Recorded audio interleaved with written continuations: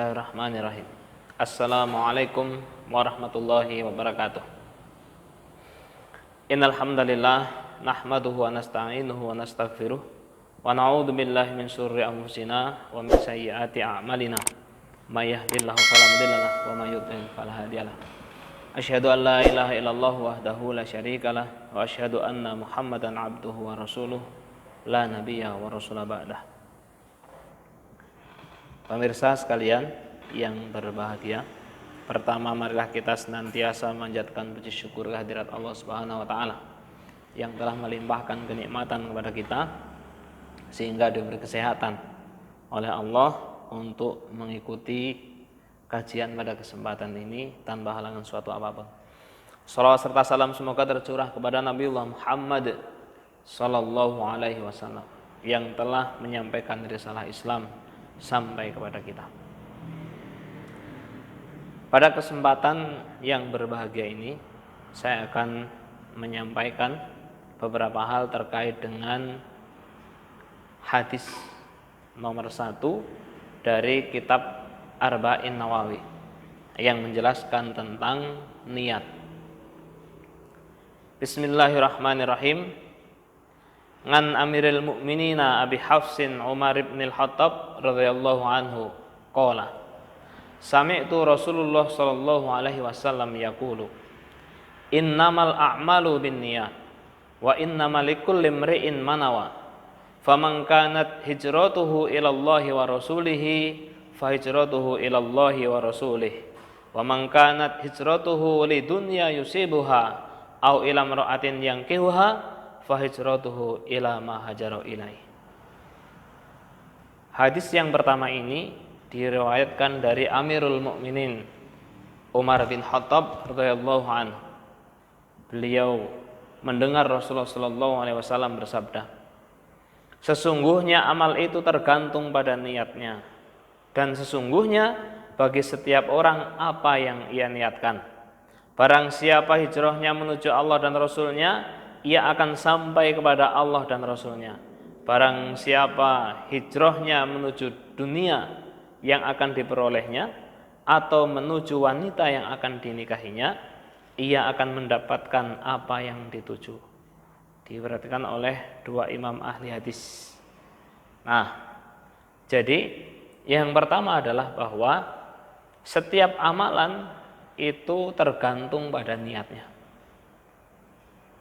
Apa yang diniatkan itu, maka itulah yang akan dihasilkan. Sehingga dalam memberikan hasil ini Allah Subhanahu wa taala tidak hanya melihat proses, tetapi juga melihat niatnya. Maka penting sekali kita mengkaji terkait dengan niat ini. Nah, kenapa demikian? Karena kalau kita merujuk pada seluruh peribadahan, seluruh rukun di dalam Islam ini, yang pertama kali dari semua rangkaian ibadah itu adalah niat menjadi rukun yang pertama. Baik itu sholat, kemudian puasa, haji, zakat sekalipun, semuanya adalah niat menjadi rukun yang pertama. Maka dalam konteks ini sehingga niat ini menjadi penentu akan seperti apa amalan kita atau seperti apa hasilnya. Di sini ditekankan bahwa barang siapa yang hijrahnya menuju Allah dan Rasulnya, maka dia akan sampai kepada Allah dan Rasulnya. Dan barang siapa yang hijrahnya untuk dunia yang dia cari atau wanita yang ingin dia nikahi, maka dia akan mendapatkan apa yang dia niatkan itu. Artinya sama-sama berhijrah, perbuatannya sama, dilakukan dalam waktu yang sama, bentuknya pun sama, tetapi hasilnya akan berbeda, disesuaikan dengan niatnya. Yang niatnya karena Allah, dia akan sampai kepada Allah. Yang niatnya karena dunia, dia hanya akan memperoleh dunianya saja. Gitu. Ini pentingnya niat. Nah, apa itu niat? Di dalam matan Safinatin Najah itu disebutkan bahwa an-niyatu qasdu syai'in, bahwa niat itu adalah menyengaja melakukan sesuatu, menyengaja. Wa mahaluha, dan tempatnya niat itu fi qalbi, di dalam hati. Sehingga niat itu tempatnya ada dalam hati. Krentekeng ati untuk melakukan sesuatu, itulah yang disebut dengan niat. Ketika misalnya kita mendengar azan zuhur, kemudian kita kerentek terpanggil, terus kita bangun dari duduk kita, kemudian kita mengambil air wudhu, kemudian kita berangkat ke masjid, atau sebelum berangkat ke masjid, bahkan ketika kita mengambil air wudhu itu saja, itu sudah ada kerentek untuk sholat duhur, maka disitulah niat. Adapun kemudian ada sebagian yang berpendapat bahwa dalam hal tertentu niat itu harus dijaharkan, harus dilafalkan, misalnya nawaitu atau dan sebagainya itu. Maka itu tentu tidak ada perselisihan di antara itu, artinya tidak ada larangan. Gitu, tidak ada larangan dan juga tidak ada perintah. Tetapi definisi niat dalam hal ini adalah sesuatu yang muncul di dalam hati untuk melakukan sesuatu. Jadi kalau misalnya ada orang sholat ke masjid, ketika kerenteknya itu karena panggilan adzan, dengan misalnya mau mencuri sendal misalnya, meskipun yang dilakukan sama-sama berangkat ke masjid, tetapi nanti yang akan dilakukan pasti berbeda. Gitu. Dan hasil dari perbuatan itu akan ditentukan oleh niatnya. Ketika niatnya sholat, maka dia akan sampai ke masjid. Kalau niatnya untuk mengambil sendal orang, maka dia hanya akan sampai di halaman. Karena setelah semua orang masuk, dia akan mengambil. Meskipun perjalanan yang dilakukan sama-sama melakukan perjalanan menuju masjid sebelum waktu sholat misalnya. Gitu. Jadi perbuatannya sama, dilakukan dalam waktu yang sama, pun pula juga bisa bersamaan, tetapi hasilnya akan berbeda. Dan perbedaan inilah tergantung dengan niatnya. Di dalam kitab lain disebutkan bahwa banyak perkara-perkara dunia, amalan-amalan dunia yang menjadi amalan akhirat karena bagusnya niat, dan banyak pula amalan-amalan akhirat yang menjadi amalan dunia karena buruknya niat. Misalnya begini, kita melihat misalnya ada orang yang menyingkirkan kerikil di jalan. Kelihatannya adalah amalan dunia, muamalah manusia dunia biasa-biasa saja. Tetapi kalau kemudian itu diniatkan untuk taqarrub ilallah dan betul-betul ikhlas dilakukannya, maka itu bisa menjadi amalan akhirat yang berpahala besar. Dan banyak pula orang yang rajin ke masjid, rajin bersedekah, tetapi misalnya hanya untuk riya, hanya biar dilihat orang berwibawa, atau biar bisa disebut sebagai seorang yang dermawan, atau supaya disebut ustadz, atau supaya disebut orang yang soleh, begitu hanya seperti itu saja, maka dia tidak akan mendapatkan apa-apa di hadapan Allah Subhanahu wa taala. Artinya bahwa amalan peribadahan akhirat sekalipun hanya akan menjadi amalan dunia ketika niatnya buruk. Dan banyak pula amalan-amalan yang kelihatannya duniawi, tetapi kemudian niatnya ikhlas karena Allah, niatnya tulus, bisa menjadi amalan akhirat. Oleh karenanya maka yang harus senantiasa kita introspeksi itu adalah niat kita ketika kita melakukan sesuatu. Berpuasa di bulan Ramadan ini misalnya, kita pun perlu mengkoreksi niat kita seperti apa. Janjane niat kita ini berpuasa karena Allah, atau hanya mengikuti teman-teman, atau hanya mengikuti tuntutan keluarga, atau hanya mengikuti umumnya saja, karena umumnya berpuasa ya saya ikut puasa misalnya begitu.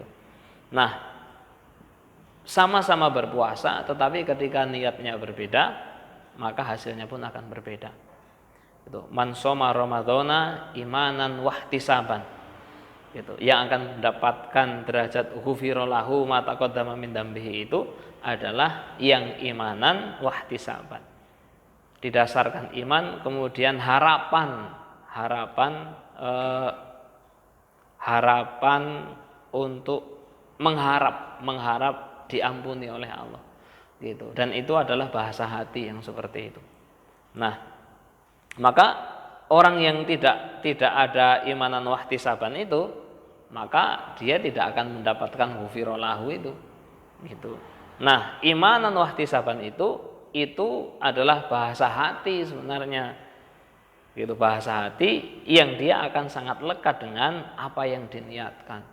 Jadi puasa ini untuk apa? Oh, saya untuk mengharapkan sesuatu dari Allah. Saya mengharapkan ampunan dari Allah. Itu bahasa hati.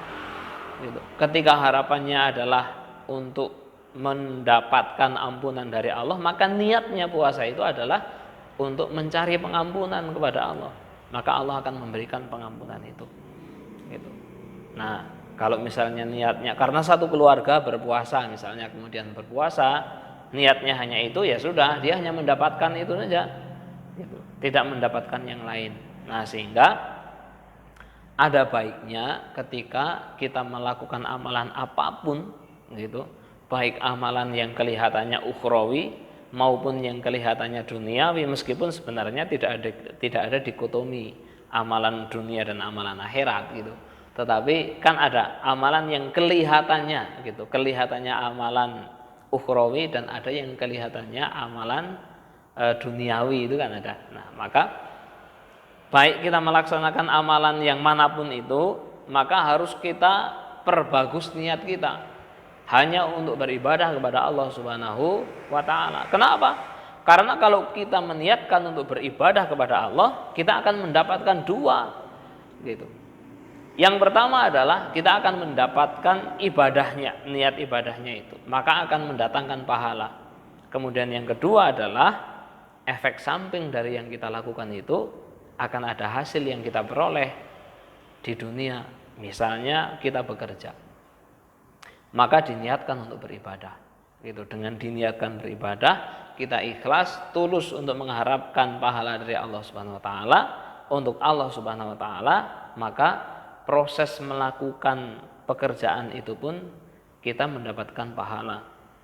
Yang pertama, kemudian yang kedua, hasil dari pekerjaan itu akan kita peroleh di dunia. Gitu. Tetapi kalau kita hanya meniatkan untuk mencukupi kebutuhan hidup saja, maka yang kita dapatkan hanya kecukupan hidup itu saja, tapi tidak ada nilai ibadahnya. Kenapa penting meniatkan ibadah dalam melaksanakan kegiatan amalan harian ini? Karena ketika kita niatnya beribadah, insya Allah Allah akan menuntun kita untuk selalu berhati-hati. Ketika kita berdagang, kita niatkan beribadah, maka di situ kita tidak akan pernah keluar dari rel halal haram. Ketika bekerja, kita niatkan beribadah, kita tidak akan pernah keluar dari rel aturan Allah, mana yang halal, mana yang haram. Disitulah kemudian Allah akan memelihara kita, kalau niat kita untuk beribadah kepada Allah. Tetapi kalau niat kita untuk mencari dunia, sudah, gitu, semuanya akan dilakukan, tidak akan memandang yang halal dan yang haram, gitu. Akhirnya kemudian niat ini, kalau niat kita kepada Allah, maka Allah akan menuntun kita menuju Allah sampai kepada surganya Allah. Kalau niat kita hanya untuk dunia, kita akan semakin dibutakan oleh persoalan dunia sehingga melupakan Allah dan nanti akan dimasukkan ke dalam neraka. Itu adalah korelasi antara niat dengan hasil. Nah, sehingga sekali lagi proses itu penting, tetapi tidak kalah penting adalah selalu memperbagus atau memperbaiki niatan kita, gitu. Dan kadang-kadang ada mungkin amalan-amalan sepele, gitu, yang karena keikhlasan kita, karena niat kita bagus, bisa jadi itu yang diterima oleh Allah dan menolong kita kelak di hari kiamat, gitu. Bisa saja seperti itu. Sehingga sekali lagi jangan pernah menyepelekan amalan-amalan kecil, gitu. Tidak usah terobsesi dengan amalan yang sangat besar, kemudian menyepelekan amalan yang kecil.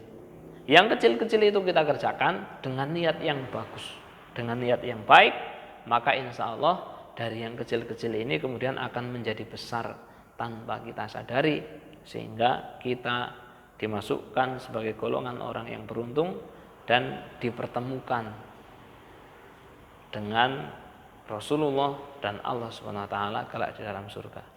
Sekali lagi, jangan meremehkan amalan-amalan kecil. Lakukan amalan sekecil apapun dengan niat yang ikhlas, dengan niat yang baik, karena baiknya amal ini yang akan menentukan hasilnya. Demikian kira-kira yang bisa saya sampaikan. Apabila banyak kesalahan dan kekurangan atau tutur kata yang kurang berkenan, saya mohon maaf yang setulus-tulusnya. Saya akhiri, billahi taufiq wal hidayah, waridho wal inayah, nun wal qalami ma yasturun, fastabiqul khairat. Wassalamualaikum warahmatullahi wabarakatuh.